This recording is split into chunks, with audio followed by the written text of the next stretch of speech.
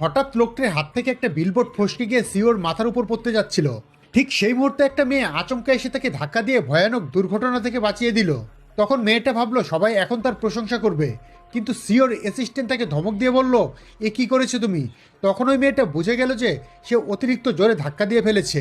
তাই সে তাড়াতাড়ি এগিয়ে গিয়ে সিওকে আস্তে আস্তে পানি থেকে টেনে তুলল। সেই সুদর্শন লোকটাকে দেখেই মেয়েটা মুহূর্তেই তার প্রেমে পড়ে গেল। শিষ্টাচারের খাতিরে লোকটা একটু লজ্জা পেয়ে ধন্যবাদ জানালো। মেয়েটা তৎক্ষণাৎ সেখান থেকে চলে গেল। মেয়েটির এত শক্তির কারণ ছিল তার একজন জাদুকর গুরু আছে, কিন্তু মেয়েটা খুব দুষ্ট আর খেলার জন্য তার কোনো সঙ্গী ছিল না। তাই গুরু যখন ঘুমোতেন তখন সে তার সঙ্গে নানা রকম দুষ্টমি করত। গুরুকে লজ্জায় পড়তে দেখলে তার খুব গর্ব হতো।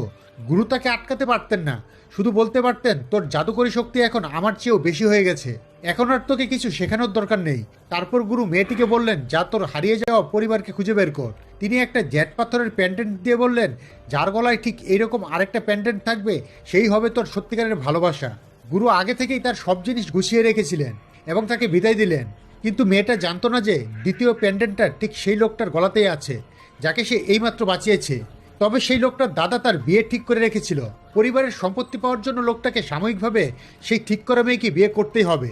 কয়েকদিন পর তার হবু স্ত্রী এসে বলল, কিন্তু তার অদ্ভুত আচরণ দেখে লোকটা ঘাবড়ে গেল।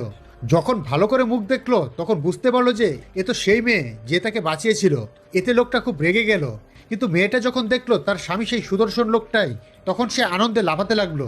দাদার খুশির জন্য লোকটা শেষমেশে মেয়েটির সঙ্গে বিয়ে রেজিস্ট্রি করতে রাজি হলো। কিন্তু ঠিক যখন বিয়ের ছবি তোলার সময় হলো, লোকটা দেখলো মেয়েটার গলায় ঝুলছে ঠিক সেই একই রকম জেট প্যান্ডেন্টটা, যেটা তার নিজের গলাতেও আছে।